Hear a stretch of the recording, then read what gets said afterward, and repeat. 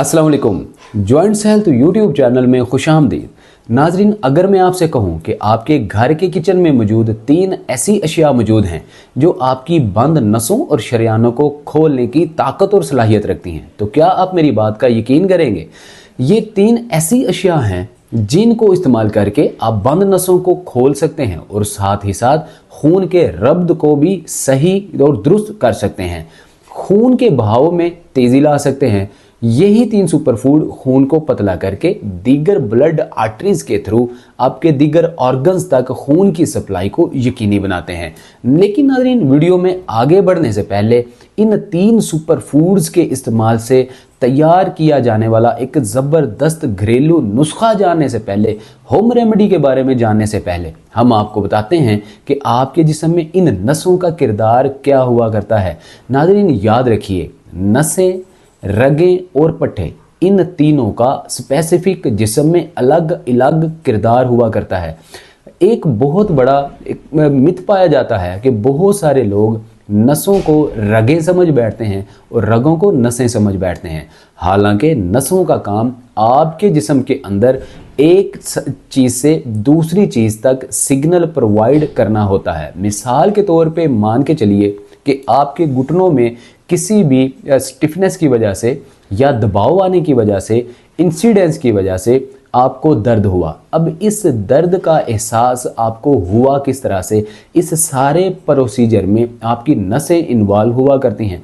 अगर आपको दर्द का एहसास ना हो, आपको सही तरीके से अपनी डिजीज़ के बारे में सिग्नल्स ना मिलें, तो इसको हम मेडिकली लैंग्वेज में न्यूरोपैथी कहते हैं। नाज़रीन, यही सारे का सारा प्रोसीजर, जब आपको घुटनों में दर्द होती है, आपका ब्रेन नसों के थ्रू आपको एक सिग्नल प्रोवाइड करता है और मुतासरा हिस्से पे आपको दर्द का एहसास दिलाता है, जिसको हम न्यूरोपैथी का कहते हैं, जिसमें आपकी नसों का बहुत ही अहम किरदार और रोल होता है। रगें आपके जिस्म में खून के बहाव में या खून की सप्लाई में अहम किरदार अदा करती हैं। जिन चीज़ों में या जिन रगों में खून दौड़ता है, खून की सप्लाई होती है, इनको हम बेसिकली रगें कहते हैं। नसें और रगें ये दोनों अलग अलग चीज़ें हैं। रगें और नसें अगर सही तरीके से आपके जिस्म में काम ना करें, तो इस सूरत में पैदा होने वाली डिजीज़ को पट्ठों की कमज़ोरी या असाबी कमज़ोरी कहा जाता है।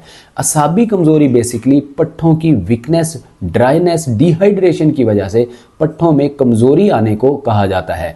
जब पट्ठे कमज़ोर होंगे तो इसका मतलब ये है कि आपके जिस्म में सही तरीके से ब्लड फ्लो नहीं हो पा रहा होता और ना ही आपकी नसें सही तरीके से एक सिग्नल प्रोवाइड करने का काम कर रही हैं।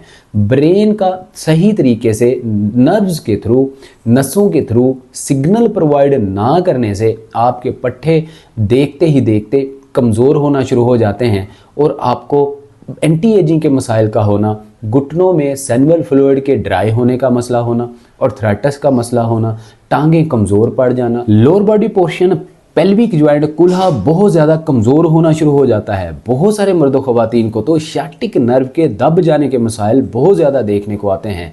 टांगें कमज़ोर होने के साथ साथ पैर बहुत ज़्यादा कमज़ोर हो जाते हैं, जो कि हमारे जिस्म की इमारत में बुनियाद की मानिंद होते हैं। अगर पैर कमज़ोर हो जाए तो आपके जिस्म का वज़न सही तरीके से टांगें बर्दाश्त नहीं कर पाती। नाज़रीन, आपको समझ आ चुका होगा कि नसें और रगें हमारे जिस्म में किस तरह से काम करती हैं। अब आइए चलते हैं इस सुपर फूड की तरफ कि इस रेमेडी में, घरेलू नुस्खे में हम कौन कौन से 3 सुपर फूड इस्तेमाल करने जा रहे हैं। इसमें बुनियादी तौर पे हमें 3 इंग्रेडिएंट सुपर फूड चाहिए होते हैं, जिसमें नंबर 1 शहद है। शहद, हनी के अंदर बहुत सारे ऐसे एंटीऑक्सीडेंट्स पाए जाते हैं जो आपके जिस्म के अंदर बैड बैक्टीरियाज, एलडीएल्स को किल करते हैं और ख़त्म करने में अहम किरदार अदा करते हैं।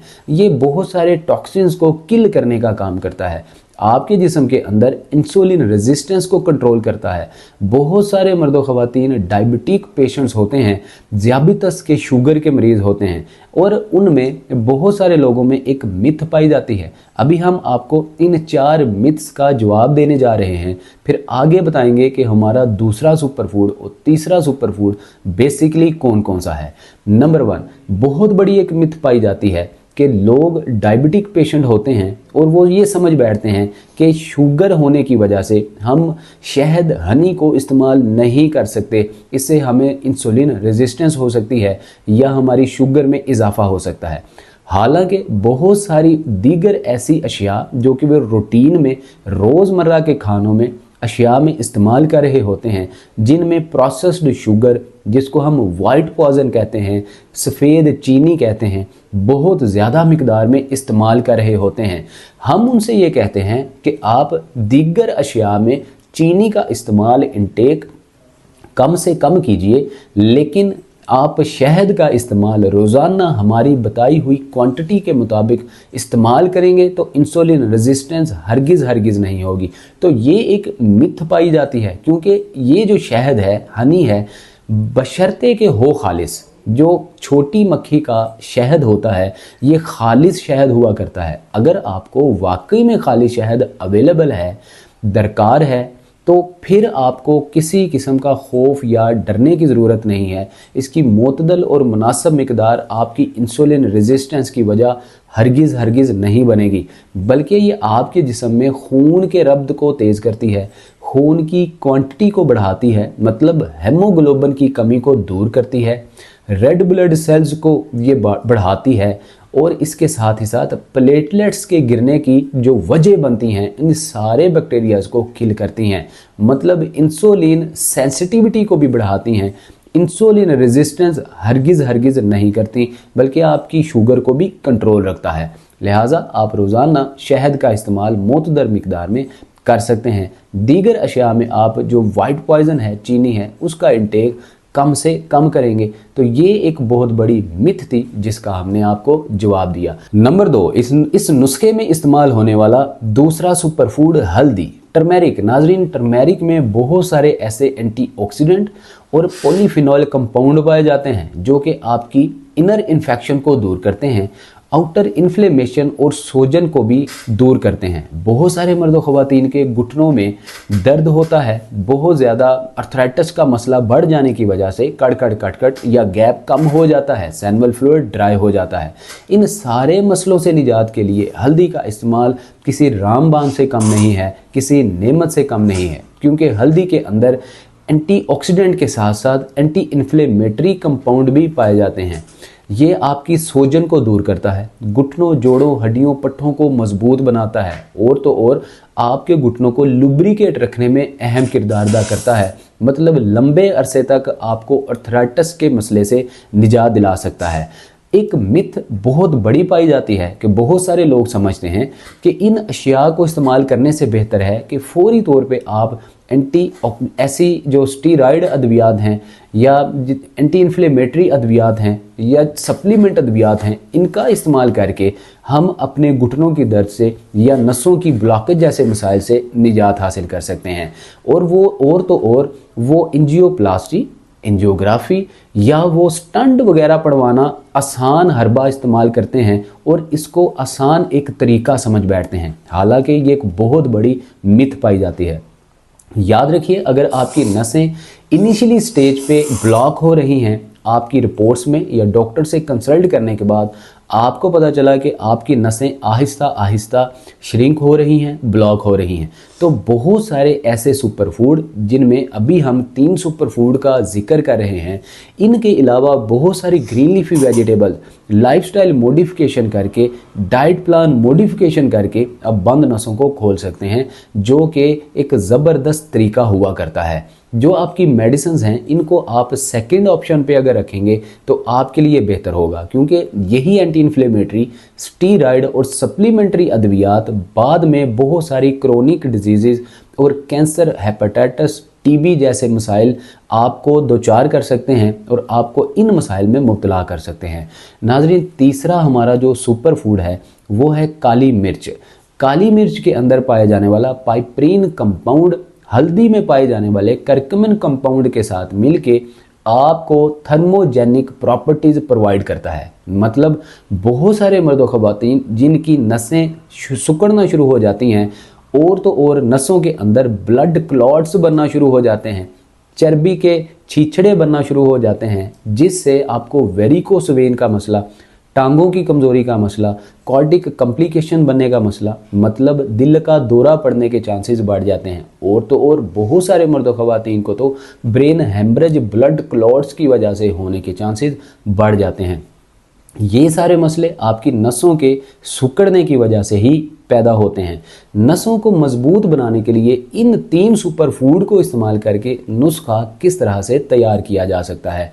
तो याद रखिए कि आप इन 3 सुपर फूड में शहद खालिस लेंगे, हल्दी खालिस पंसार स्टोर से लेंगे और ख़ुद इसको धो के ड्राई करके इसको पीस के सफ़ूफ बनाएंगे, काली मिर्च खुद लेंगे और इसका पाउडर बनाएंगे।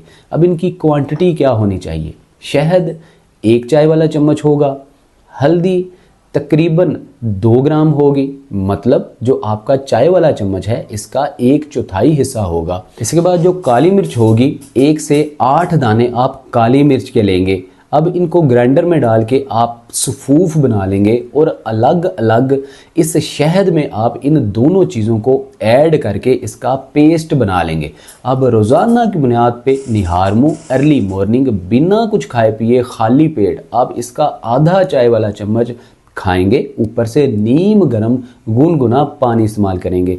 हमारी जो बहुत बड़ी एक लास्ट और आखिरी मिथ है, बहुत सारे लोग शहद को इस्तेमाल करने से पहले थोड़ा सा गर्म कर लेते हैं, हीट दे लेते हैं। ऐसा करने से शहद में मौजूद पानी अलग हो जाता है और शहद के जितने भी गुड जो इसके अंदर कंपाउंड्स होते हैं वो बुखारात बन के ड्राई हो जाते हैं, हवा में उड़ जाते हैं। इसका आपको कुछ भी फ़ायदा हासिल नहीं होने वाला। कभी भी शहद को इस्तेमाल करने से पहले गर्म नहीं करना चाहिए, हीट नहीं देनी चाहिए।